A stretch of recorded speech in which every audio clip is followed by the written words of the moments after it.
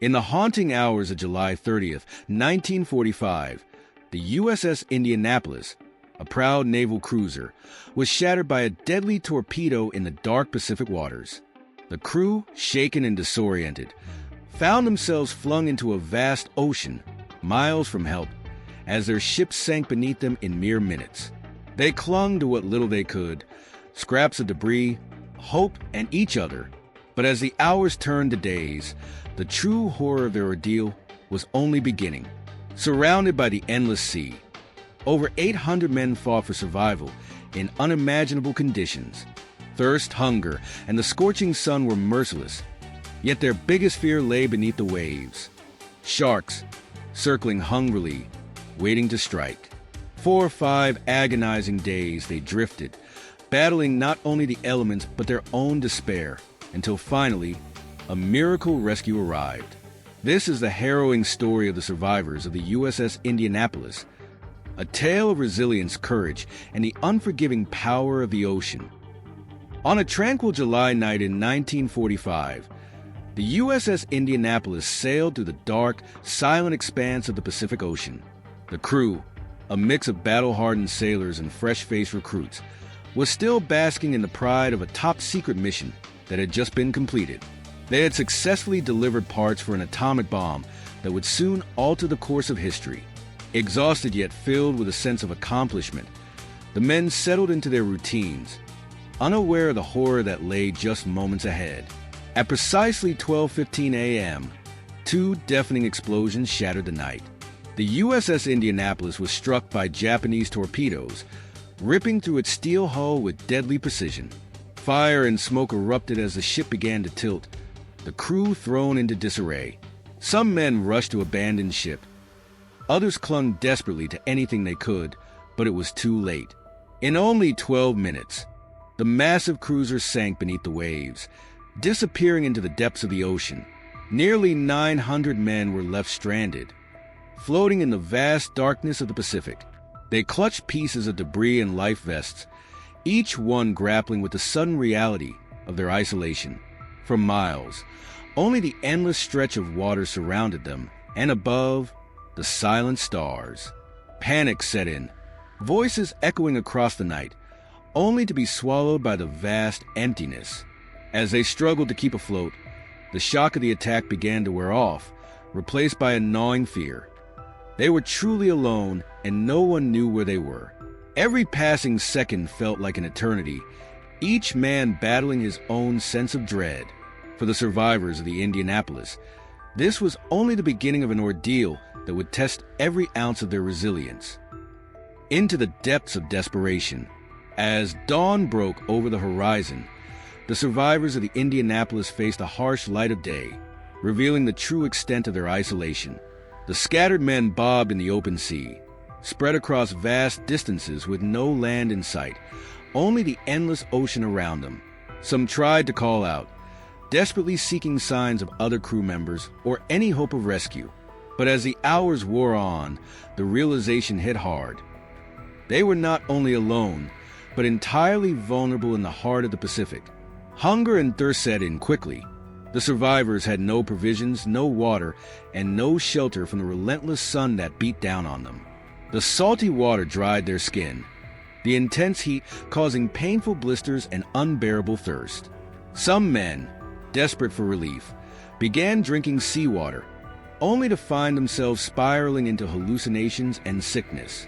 Others clung to debris, conserving their strength, their bodies weakening as the hours dragged on. But the ocean held another terror they had yet to face. As the men drifted, shadows began to appear below the surface. Sharks, drawn by the scent of blood and the thrashing of injured sailors, circled in the water.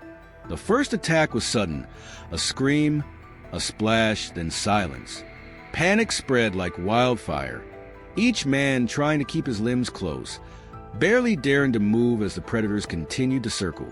The survivors were forced into a nightmarish battle, not just with hunger and thirst, but with an enemy they couldn't see coming. The men huddled together in groups, their fear bonding them as they tried to remain calm in the face of horror. They took turns watching the water, each man acting as a lookout for the others, praying he wouldn't be the next target. The strength of brotherhood became their lifeline, yet the sharks continued to strike, picking off those on the outskirts of the group, claiming life after life. As night began to fall once more, an overwhelming sense of hopelessness took hold.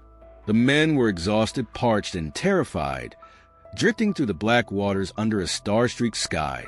The only comfort came from the presence of their fellow survivors, each man's voice a reminder that he was not entirely alone. But in their hearts, a question loomed. How long could they endure this endless nightmare? The battle against madness. As the days dragged on, a new enemy emerged. The creeping grip of madness, dehydration, and exposure to the blistering sun were taking their toll on the men's minds. Without fresh water, their mouths were dry and cracked, their lips swollen and painful. The unending thirst gnawed at them, haunting their thoughts until, in moments of delirium, some could no longer resist the temptation of the surrounding seawater. They drank, desperate for relief. But instead, the salt poisoned their minds, driving them further into hallucinations and despair. Under the sun's relentless gaze, the men began to see things that weren't there. Some claimed they could see land just over the horizon, breaking away from the group to swim toward what they believed was safety. Others swore they saw rescue ships approaching, only to realize moments later that it was another cruel illusion of the sea. The combination of dehydration, fear, and exhaustion became a nightmare in itself, pushing their minds to the breaking point. Desperation grew among the survivors as they struggled to retain their sanity. In the chaos of those days, friendships and alliances frayed. Some men, driven to a state of wild panic, turned against each other, convinced that their companions were enemies or threats. Small arguments erupted into full-fledged conflicts, fueled by fear and confusion. The intense sun, the endless waves, and the ever-present dread left them teetering on the edge, clinging to the last threads of their humanity. In their fleeting moments of clarity, the men shared stories of home, family, friends, the memories that gave them strength to hold on. These conversations became a lifeline, a reminder of what they were fighting to survive for. They repeated each other's words as if they were mantras, using memories to anchor themselves in reality, even as the madness clawed at them. Every shared moment of hope, every voice that broke the silence, became a beacon in the darkness. But as each day bled into the next, the toll of their ordeal showed in their sunburned skin, hollow eyes, and weakened bodies. The men fought against not only the harsh elements, but also the haunting fears that chipped away at their spirits. Yet, in the midst of suffering, each of them held on, knowing that survival was their only way out of this living nightmare. A sea of predators. With each passing day, the waters around the survivors of the Indianapolis grew increasingly hostile. The men had already faced horrific shark attacks, but the predators had become bolder, more relentless. As their hunger grew, the sharks were no longer just shadows beneath the waves. They were a constant, looming threat. Each movement, each ripple in the water, sent waves of panic through the survivors, who knew they were being hunted. The men took to forming tight, desperate circles, hoping that their unity would ward off the predators. In these clusters, they shared their fears in hushed whispers, bonding over the horror that surrounded them. Yet, despite their efforts, the sharks continued to strike. Men on the edges of the group were taken in horrifying flashes of teeth and blood, the quiet punctuated by sudden, anguished screams. For the survivors, each attack was a reminder of their fragility, each death a cruel marker of time passing. Exhaustion was becoming unbearable. The lack of sleep and constant state of vigilance wore down their bodies and minds, leaving them with few reserves to fight against the relentless predators. The fear was so pervasive that some men considered surrendering to the sea rather than facing another day of terror.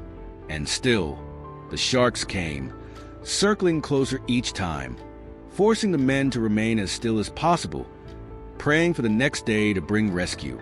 For some, the torment became too much. The sight of the endless ocean, the persistent threat of the sharks, and the sheer exhaustion led to moments of heartbreaking surrender. These men drifted away from the group, succumbing to their fate and disappearing beneath the waves. The survivors who remained, though shattered by each loss, held on with everything they had, drawing strength from each other and from the hope, however faint, that rescue might still come. In these moments of despair, the surviving men clung to the slivers of courage they could find, fueled by a desperate will to live.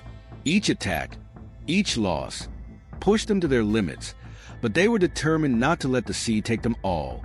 The remaining survivors tightened their circle, their eyes scanning the horizon for any sign of salvation, holding on to life through sheer resilience in the fragile, fading bond they shared in the face of unyielding darkness.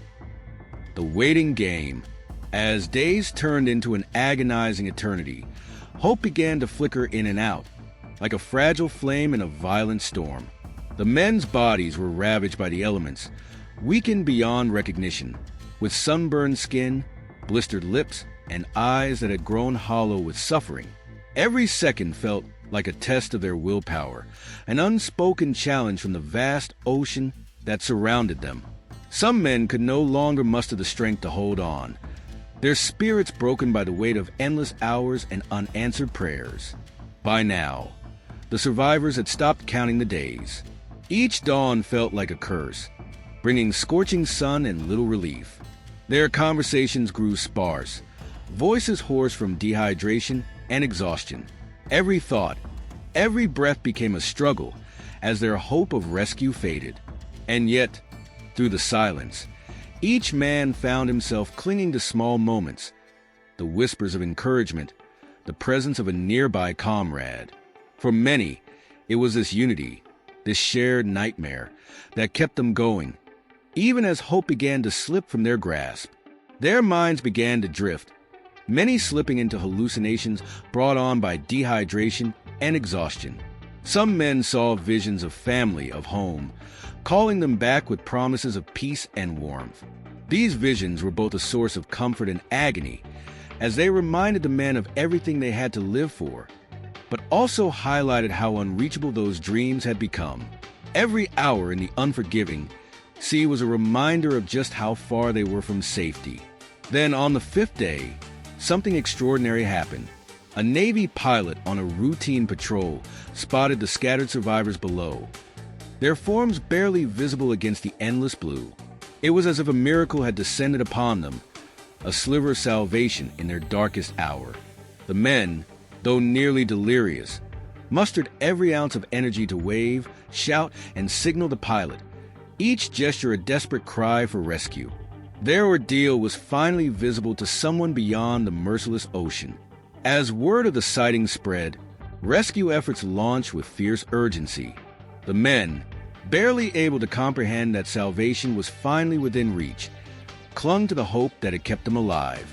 The knowledge that help was coming, that the nightmare was finally over, reignited their spirits. They waited, fragile but alive, knowing that each passing moment brought them closer to the end of their ordeal. The rescue and aftermath. The rescue came in waves, both literal and metaphorical, as the survivors of the USS Indianapolis were pulled from the water and carried to safety. When the first rescue planes arrived, their pilots carefully skimmed the waters, spotting the men in their broken, exhausted states. One by one, the survivors were lifted from the ocean, their bodies limp, their minds numb from the grueling experience they had endured. Some had no strength to speak, too weak to comprehend what had just transpired. The sight of their rescuers, after days of unbearable suffering, was a vision of unimaginable relief. For the men who survived, it was the beginning of the long road to recovery, both physically and mentally. They were brought aboard the waiting ships, where they received medical attention, water, food, and the basic comforts they had gone without for so long. But the physical wounds were only a fraction of the battle ahead. The survivors would carry the scars of their ordeal for the rest of their lives. The trauma, the loss of comrades, and the horrors they had faced would never truly fade. They had been tested in the most extreme way possible, and the price was paid in both body and soul. The story of the USS Indianapolis became one of the most heartbreaking and heroic tales of World War II. Though their survival was a miraculous act of endurance and willpower, it was also a testament to the unbearable price of war. Many of the men who survived struggled to adjust to life after the ordeal, haunted by the memories of the men they had lost and the torment of the ocean that had nearly claimed them all. In the years that followed, the survivors of the Indianapolis became a living reminder of the resilience of the human spirit. Some dedicated their lives to telling their story, ensuring that the bravery and sacrifice of those who didn't make it would never be forgotten. They would never stop remembering the comrades who perished in the water, lost to the sea, but their survival became a testament to the strength of the human will, no matter how small the hope may seem. As the last of the survivors passed on, their legacy lived on in the stories shared, in the lessons learned from the horrors of that fateful journey. The USS Indianapolis was more than just a ship that sank. It was a symbol of one of the most incredible stories of survival in modern history. And for those who made it through, their survival would always be a reminder of how precious life truly is. The story of the USS Indianapolis is one that will never be forgotten, a tale of unimaginable horror, but also of immense courage and survival against all odds. The men who endured the sinking, the endless days adrift in the Pacific, and the terror of shark attacks exemplified the resilience of the human spirit. Their journey was one of despair, hope, and ultimate triumph, and it serves as a reminder of the sacrifices made during World War II. As we reflect on their incredible story, we must remember the brothers lost to the sea, the ones who never made it back to tell their tale. Their names live on in the memories of those who survived, and in the hearts of all who learn of their ordeal. The USS Indianapolis is not just a ship that sank. It is a symbol of the strength and determination of the men who survived and the ultimate cost of war. To the survivors of the USS Indianapolis, their bravery was more than just a fight for survival. It was a fight for the memory of those who didn't return, for the lessons learned in the darkest of times, and for the hope that their story would inspire future generations. If you found this story as moving and incredible as we did, don't forget to subscribe and share with others so that the legacy of these men will live on forever. Thank you for watching, and may we always remember the heroes who gave everything for us to never forget their story.